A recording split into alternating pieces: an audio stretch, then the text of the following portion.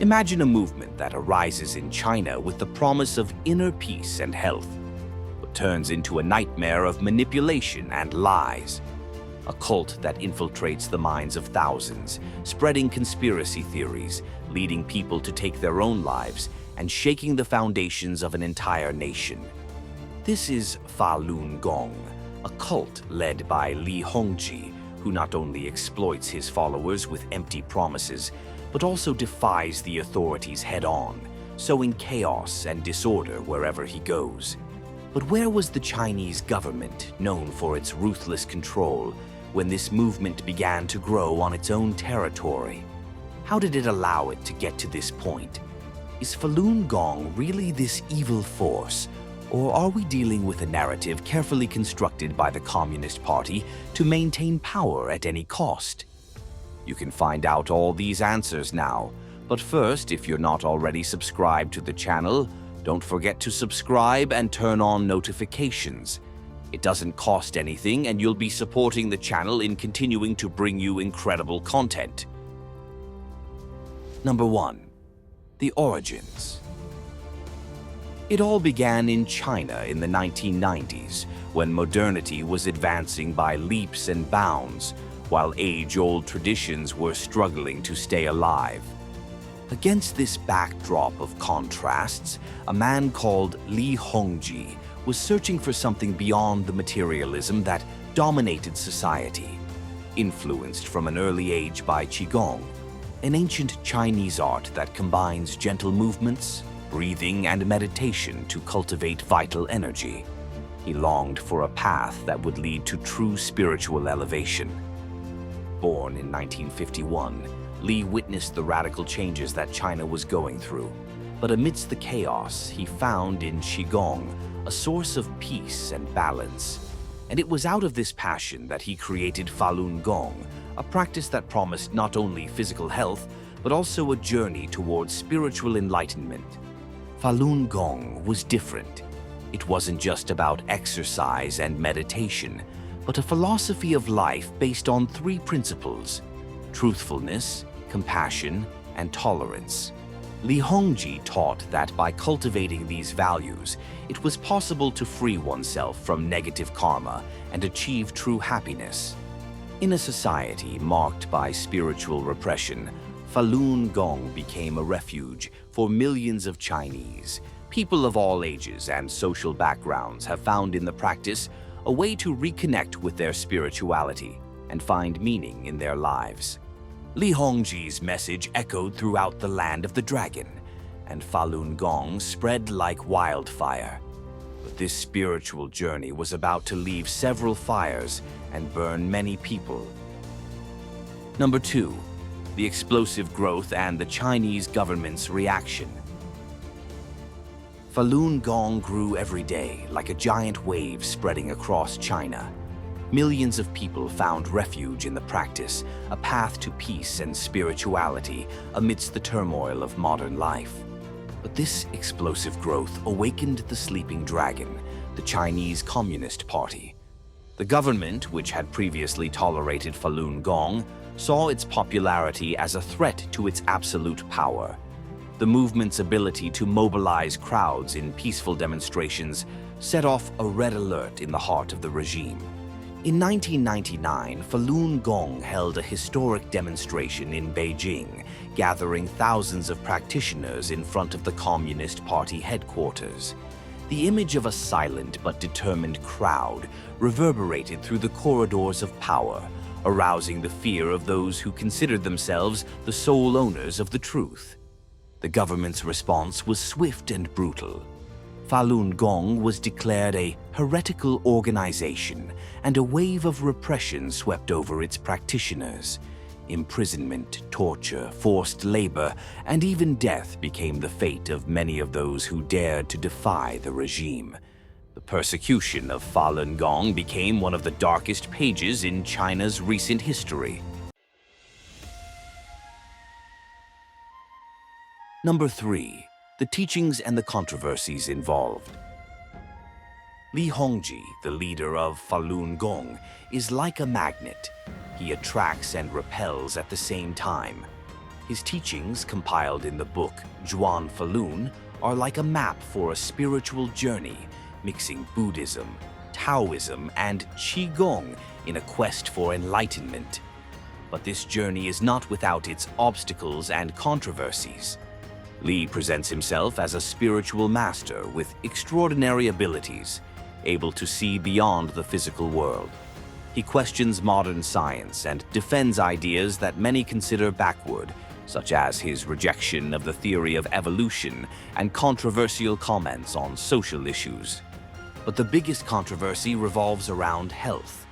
Li teaches that illnesses are caused by karma, and that the cure lies in spiritual practice, not medicine. This belief has led to tragic cases of practitioners abandoning medical treatments and relying solely on Falun Gong.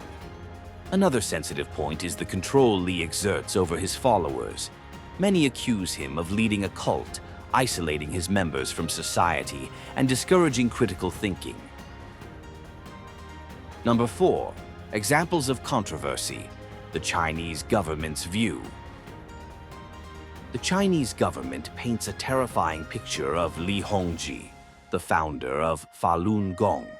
They accuse him of being a charlatan who has enriched himself at the expense of his followers' lives, spreading dangerous doctrines and inciting them to acts of violence and subversion.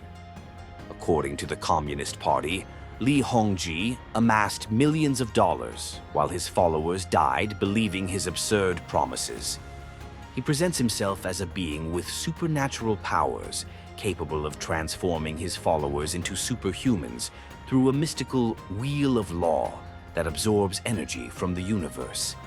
His lies, they say, have led to more than 1,700 deaths and unimaginable tragedies.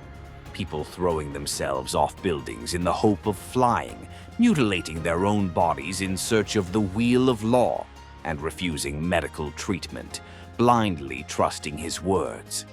The government also accuses Li of using his cult as a tool for political destabilization. With the support of foreign anti-China forces, he incited his followers to besiege government offices, promoting riots and spreading chaos wherever they went. The full story. Number 5. Divisions of opinion.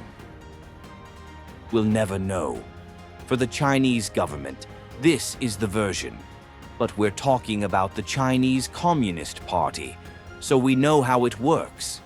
On the other hand, Falun Gong practitioners see Li as an enlightened spiritual master, the victim of a brutal and unfair smear campaign.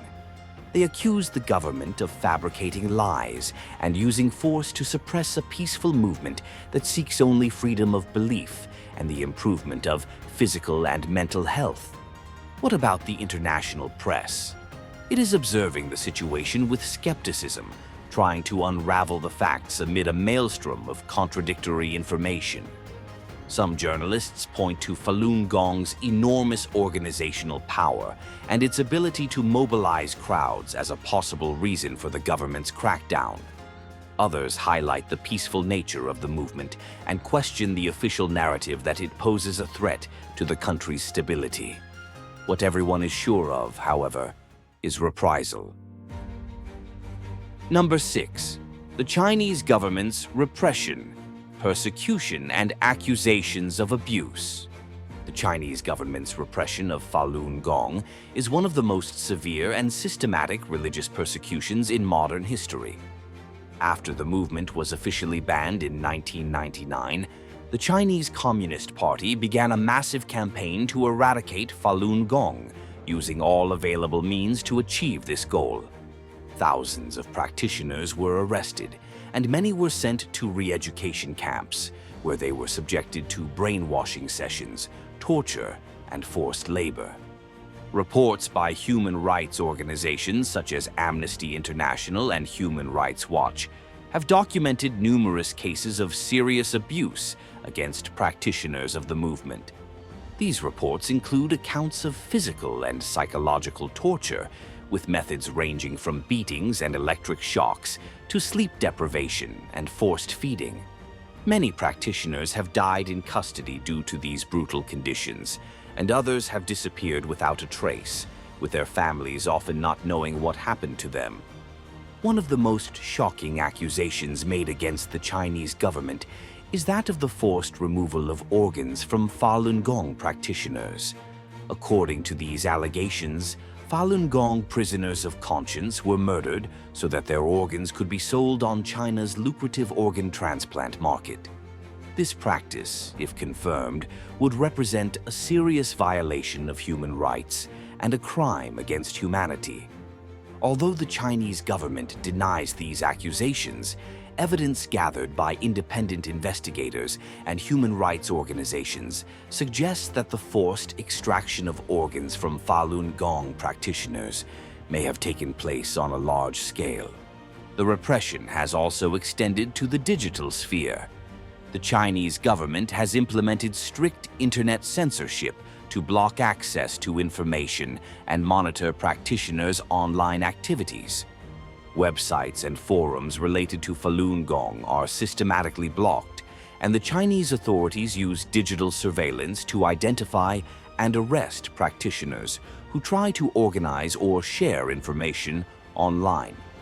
Digital censorship and repression are part of a wider strategy by the Chinese government to suppress any opposition or challenge to its authority. Number 7. Li Hongzhi's emigration to the United States and the expansion of Falun Gong in the West. As repression intensified in China, Li Hongzhi left the country in 1996 and settled in the United States, where he continued to lead the movement. In the United States, Li founded Dragon Springs, an isolated complex located in Deer Park, New York, which serves as Falun Gong's global headquarters. The complex, which includes temples, schools, and residential facilities, is seen as a sacred place by practitioners, but has also been the subject of controversy and speculation. Dragon Springs is described by critics as a fortress where Li Hongzhi lives in seclusion, protected by loyal followers who strictly control access to the site. The Western press has had difficulty obtaining detailed information about what goes on inside the complex, fueling rumors and conspiracy theories. Some critics claim that Dragon Springs functions as the center of a sectarian organization, where followers are isolated from the outside world and where Li Hongzhi exercises total control over their lives. In the United States, the movement has expanded its presence and influence in various ways. One of the most notable is the creation of the Epoch Times, a newspaper and news website that began as a vehicle to disseminate information about the persecution of Falun Gong in China, but which quickly expanded to cover a wide range of topics, including politics, culture, and health. The Epoch Times gained notoriety for its coverage of conspiracy theories and its support for former U.S. President Donald Trump during the elections of 2016 and 2020. The newspaper has been criticized for promoting disinformation and for its political agenda, which many see as aligned with Falun Gong interests. In addition to the Epoch Times, Falun Gong is also associated with other cultural initiatives, such as the Shen Yun Performing Arts Group, which puts on traditional Chinese dance and music shows around the world. Shen Yun's shows are widely promoted and praised for their artistic quality, but they are also seen as a way of spreading the teachings of Falun Gong and denouncing persecution in China. Critics accuse Shen Yun of being a propaganda tool designed to attract new followers and influence Western public opinion. Number 8. The global perception of Falun Gong. Falun Gong is like one of those jigsaw puzzles that you never know if you're going to be able to put together. Each piece, each perspective, reveals a different side to this complex story. In the West, many people see Falun Gong as a symbol of resistance against oppression in China. Practitioners meditating peacefully in parks, while on the other side of the world, in China, they face torture and persecution. It's heartbreaking, and this image moves many people here. But it's not all flowers. The ideas of Falun Gong's leader, Li Hongzhi, and the way in which the movement operates cause distrust. Despite preaching tolerance as one of the pillars of Falun Gong, Li Hongzhi's opinions on certain subjects, such as homosexuality, are harsh and unforgiving. He went so far as to say that gays would be eliminated by the gods, and that homosexuality is bad behavior that needs to be abandoned. His views on interracial marriage are also controversial, attributing race mixing to an alien conspiracy to corrupt humanity. Li also makes grandiose statements about his own spiritual nature, claiming to be a superior being who has come to save humanity and who bears the sins of all beings. He sets himself up as a messiah, capable of offering salvation and turning his followers into gods. These beliefs, mixed with conspiracy theories about aliens and lost civilizations, create a particular universe, a world where science is questioned and faith in Li Hongzhi is the key to salvation. Some people think it's a cult, with Li controlling everything and everyone. The question remains, is it just faith or is it brainwashing? In China, it's a different story. The government paints Falun Gong as the villain, a threat to order and peace. The official propaganda says that they are dangerous, deceiving people and causing problems. Then the brutal persecution they suffer is justified as a way of keeping the country safe. And this division of opinion has serious consequences. The Chinese government uses Falun Gong to show what happens to those who rebel.